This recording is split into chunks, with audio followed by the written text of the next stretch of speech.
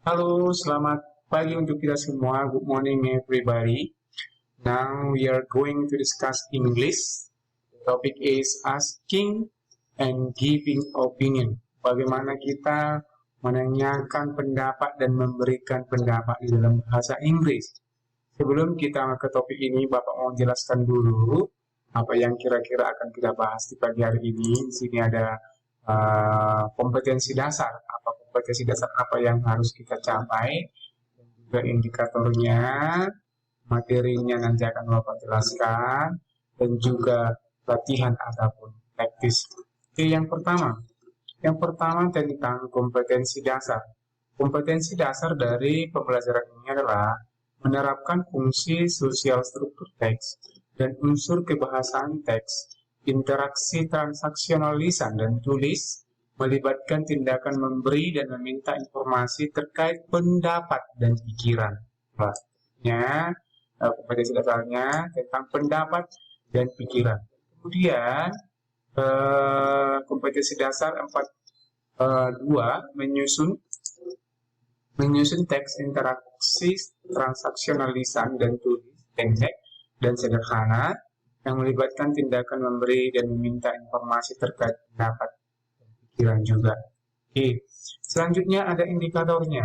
Indikatornya siswa diharapkan bisa merespon dengan benar terhadap tindak tutur menyampaikan pendapat dan meminta pendapat. Yang selanjutnya mengungkapkan dengan benar terhadap tindak tutur menyampaikan pendapat dan meminta pendapat di dalam bahasa Inggris. Okay, class. Now, before we start about the topic, listen or take a look at the dialogue here tentang memberikan pendapat di dalam bahasa Inggris tentang full day school. Full day school. Full day school. Di sini ada percakapan antara si Emily dan si Tommy. Si Emily bilang, "Hi Tom, what are you doing?" "Hi Tom, what are you doing?" "I'm reading a newspaper." "Any good news?"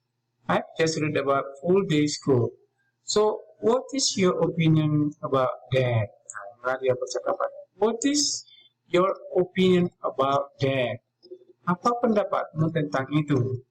"In my view," nah ini dia memberikan pendapatnya. "In my view, it is useful for Indonesia education development because school time is extended until 4 or 5 p.m. Student can learn more," katanya.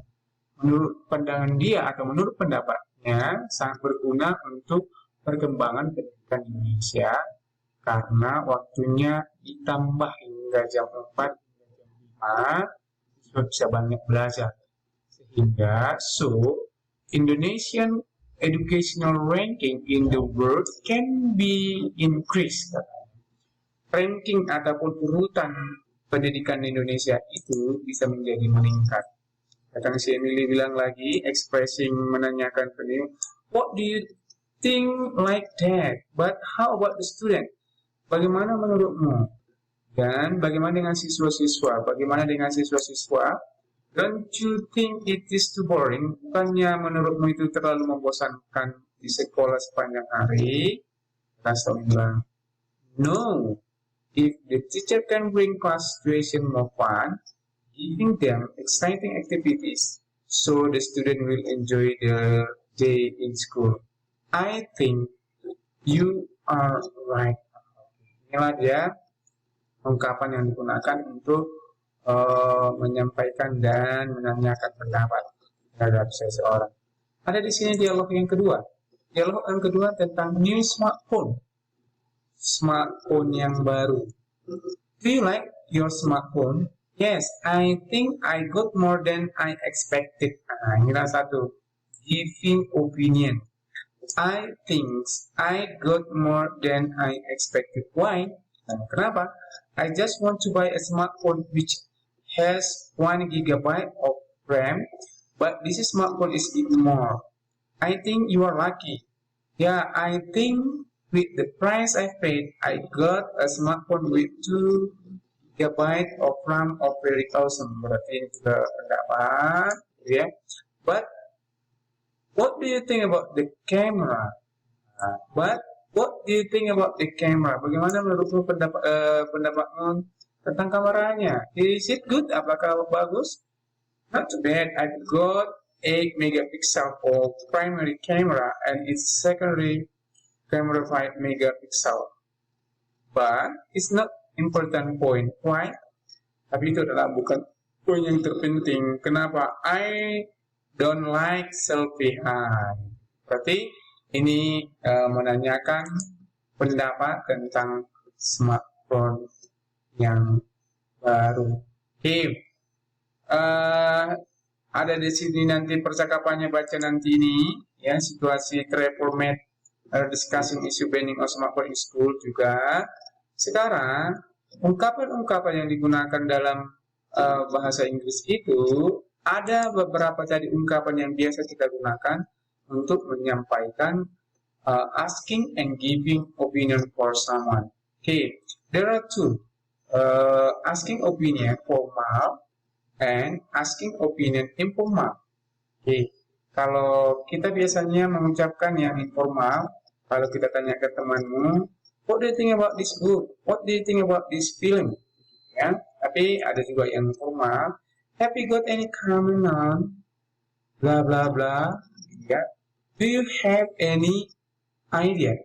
Do you have any opinion? Nah, ini sih ungkapan-ungkapan yang digunakan dalam menanyakan informasi kepada seseorang. Juga di sini ada dibilang, what is your opinion? What is your opinion about our President Jokowi? Contohnya. Okay, so you must give